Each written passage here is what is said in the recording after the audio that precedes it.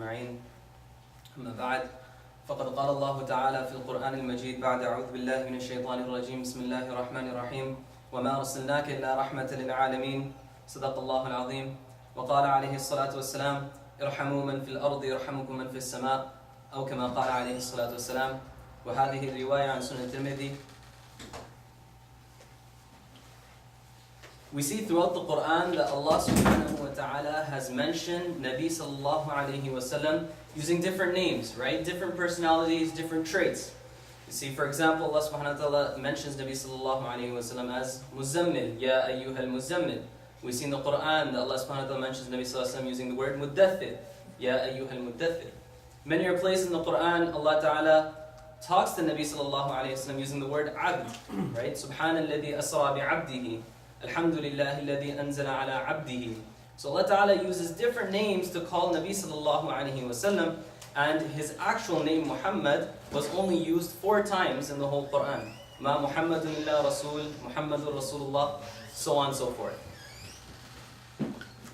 So Allah Ta'ala, He says about in one of these places when He's mentioning Nabi sallallahu alayhi wa sallam, He tells us regarding Nabi sallallahu alayhi wa sallam, وَمَا أَرْسَلْنَاكَ إِلَّا رَحْمَةً لِلْعَالَمِينَ.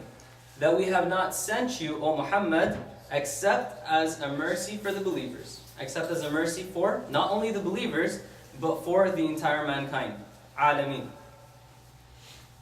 Now we see many examples of Nabi sallallahu alayhi wa sallam's kindness and his mercy throughout his whole life. Right? In one of the incidents, there was once an Arabi. An Arabi is a person that was that used to live in the outskirts of Makkah. Right? They were villagers. So he came to Nabi sallallahu alayhi wa sallam, and at this point Nabi sallallahu alayhi wa sallam was wearing a garment, okay, and this garment was it was good quality, and this was not normal for Nabi sallallahu alayhi wa sallam to wear these type of clothes.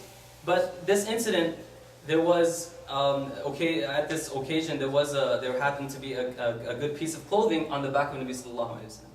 So this villager, he comes and he grabs the cloth from the back of Nabi sallallahu alayhi wa sallam, and he pulls it hastily to such an extent that it leaves a mark on the back, right?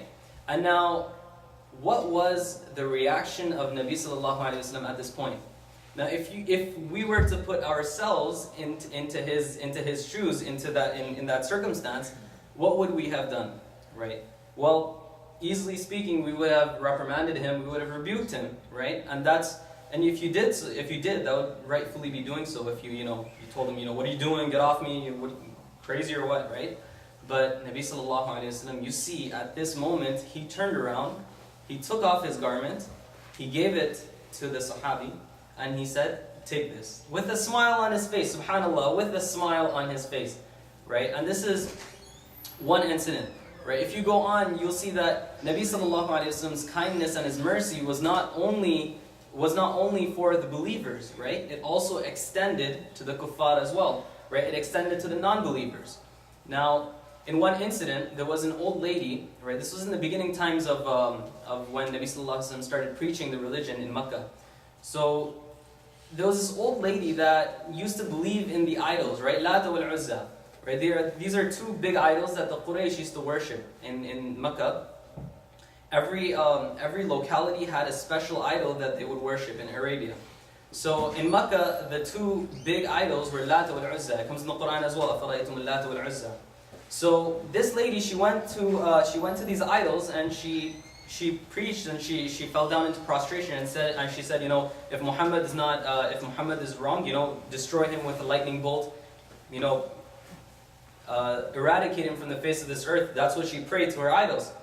And she had this animosity, and she had so much hatred for Nabi sallallahu alayhi wa sallam because she was a strong preacher in what she believed in. She believed in her forefathers, she believed in her old religion, right? So what happened was, she came back home and she waited a couple of days, nothing happened to Nabi sallallahu alayhi wa sallam.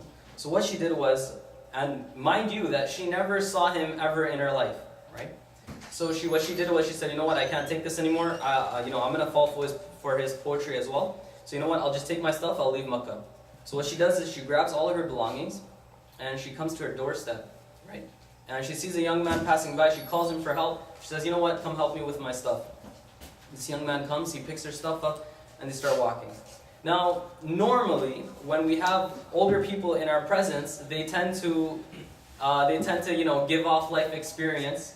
They tend to tell you, lessons in their life that they've learned. So this lady, according to normality, what she did was she started telling him about Muhammad, right? She started telling him that, this guy, he's a young man, and, he has this magic poetry, he's a sorcerer, and, he's been doing the sorcery on people that just arrests them and makes them believe into his religion. And she's saying, you know what, he's taking the whole Makkah astray. So what this lady does is, throughout the whole period that they were walking, she is using abusive language regarding Nabi sallallahu alaihi wasallam. Now, when they reach their destination, she says, you know what, son, you can leave my stuff here, you can go, And then Nabi sallallahu the person, I spoiled it there, the person, he dropped her stuff down, right? He puts her stuff down, he turns around to leave. And right there, this lady, she says, what's your name? Come here, tell me, let me give you your wages and whatnot. So this person turns around and says, old lady, what can I tell you? I'm that very Muhammad that you're speaking from the beginning. Right? And right there, that lady's heart that was filled with animosity, was filled with hatred towards this person, towards this being, right there it turned into love. Right? Right there it turned into compassion for this person. Right? And now, if you were to, step back a little and wonder, what happened over here? A heart that was filled with hatred, you totally hate this person. And, you're walking with them and you don't even know that's the person. And, you get to your destination, you find out that's the very person you're talking about, right? And all of a sudden, your heart turns into love. What happened? In psychology, I'll tell you that the first thing that they ever teach you is that everything has an effect on a person, right? For example, there are things that are minor, right? There's things that have a minor effect on a person, there's things that have a major effect on a person. Some examples of the minor effects are like the weather or the colors. So if the weather outside is gloomy, it's cloudy, then it affects a person's mood as well. They're not so radiant and they're not so happy at that moment. Right? It's a fact it's a proven fact that weather and things make an effect on a person. Now if we move on to the more major things that affect a person, it is the qualities and the traits, the good respect that a person pays to others. That's what makes the biggest difference in a person's life. You see, not too long ago, I had a friend, I still do actually, he was leading Taraweeh in Ramadan, right? So he had another friend there he was leading with, and what happened was after Taraweeh, they came out, they were feeling thirsty. They were the imams, so they came out and they went to McDonald's or Tim Hortons, I'm not sure. So they went over there to place their order. Behind them, they had a drunk man, right? This guy was fully drunk, he didn't know what he was saying, he didn't know what he was doing. So these guys paid for their order and they stood on the side waiting. Now this man comes ahead, he places his order and he checks his wallet, he has no money. Now he's standing there, the supervisor is there and they're screaming at him, well, what are you doing, you can't be here, leave. So then these brothers, they step ahead and they say, you know what, I'll pay for his order. They paid for him. It was just an act of kindness, an act of good deed, right? So what happened was they sat down. After a little bit, this drunk man, he came over with his food, he sat down with them and he said, you know what, no one's ever done this to me. You guys, the way that you guys have dealt with me, even though you guys don't even know me, right? So he was moved, even though he was in a state of not knowing what he was doing, right? So more or less the fact that he got their number and the next day he called them when he was sober. And he said that, brother, I really respect what you guys did for me the other day, and I'm interested. I'm lost actually. That's why I was drunk, because I'm lost in life. I don't know what to do. I'm looking for the truth. That's basically what he said, right? And so these brothers, they said, you know what? If you want, we can show you what we have. We can show you what we preach, and you can come over to the masjid. So they brought this brother over to the masjid. He spoke with the imam. And after a little bit, subhanAllah, this brother, he converted, or should I say, reverted back to Islam, right?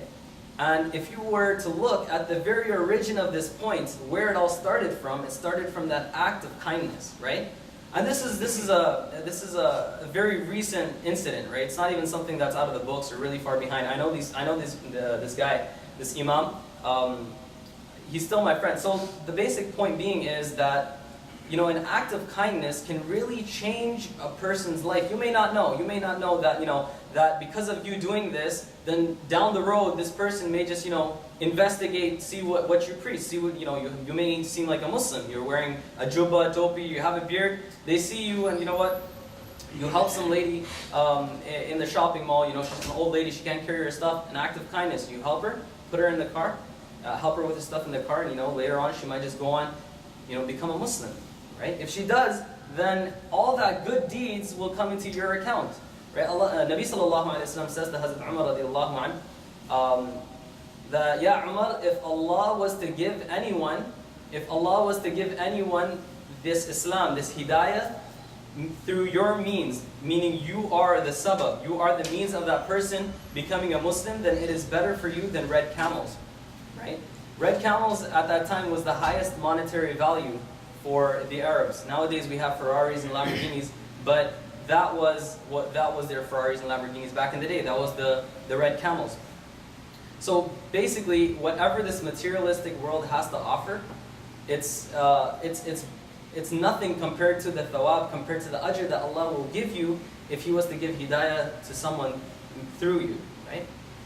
And if you were to look back all the way at the life of Nabi sallallahu alaihi wasallam, then you'll see that his kindness was not only for the humans, right? It also extended to the animals as well, right? He was kind to everyone. Right? وَمَا أَرْسَلْنَاكَ إِلَّا رَحْمَةً لِلْعَالَمِينَ. Alam means alam. Alam is a very general term, meaning anything that has a living form. That comes under the meaning of alam.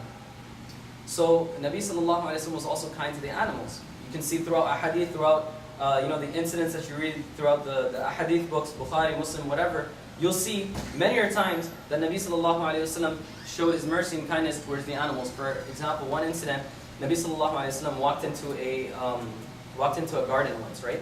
And in this garden there was a camel. This camel was very frail and thin and very pale.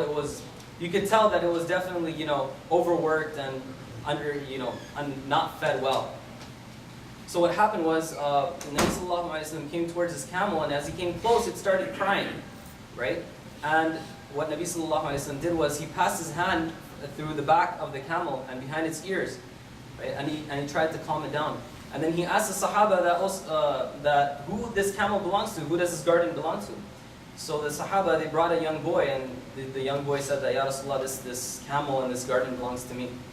So then Rasulullah sallallahu alaihi wasallam told them that, this camel is complaining to me that you burden it with so much work and you don't feed it well, right? So he said, Ittaqullah, fear Allah regarding this animal, subhanallah. Nowadays we have animal rights, right? We have not only human rights, we have animal rights, we have all types of rights.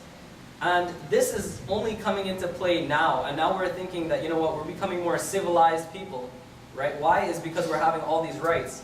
When in actuality, Nabi sallallahu alaihi wasallam has introduced all these rights 1400 years ago, right? So he was making us into civilized beings then. Allah subhanahu wa ta'ala says regarding Nabi sallallahu alaihi wasallam, and also a nasihat for us, also a advice for us is, لَقَدْ كَانَ لَكُمْ فِي رَسُولِ اللَّهِ أُسْوَةٌ حَسَنَةٌ. That verily in Nabi sallallahu alaihi wasallam there is a beautiful example, there is a great example. If Nabi sallallahu alaihi wasallam was a kind and a compassionate and a merciful person, then you should also try and adapt the sunnah of Nabi sallallahu alaihi wasallam, right? Nowadays when we think about sunnah, we think about the outward appearance. We think about the beard, we think about the topi, we think about the jubba, and so on and so forth. But we forget the inner sunnahs, the actual characteristics of Nabi sallallahu alaihi wasallam, right?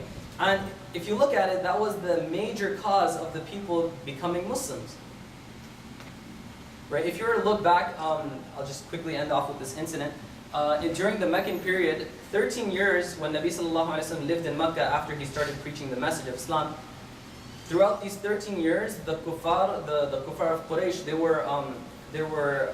were tormenting the Muslims, right? They were capturing them, and they were pretty much tormenting them.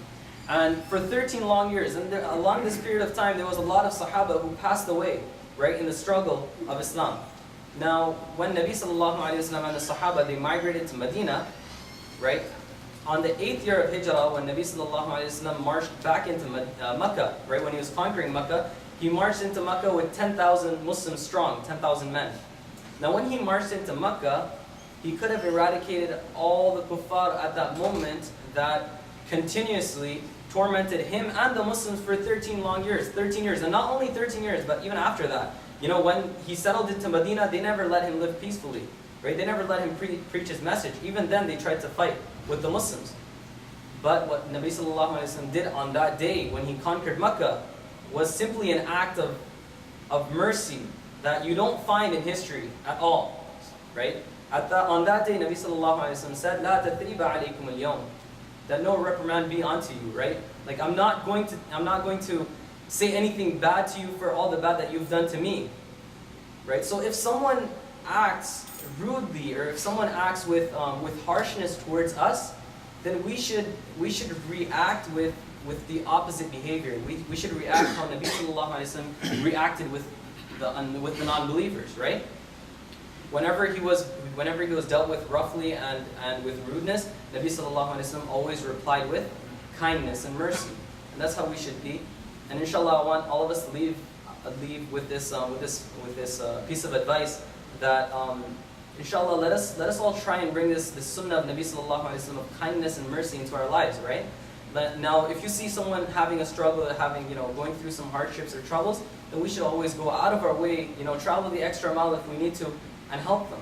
Right? You never know, if Allah Ta'ala decides to give them hidayah through you, then I'm telling you, your akhirah is definitely, it'll be taken care of by Allah subhanahu wa ta'ala, inshallah.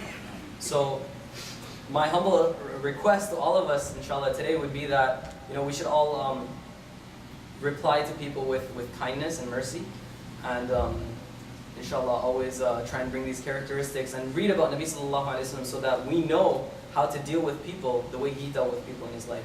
Right? May Allah Ta'ala enable us all to act with kindness and emulate the path of Nabi sallallahu alaihi wasallam. Ameen wa akhiru da'wana alhamdulillah.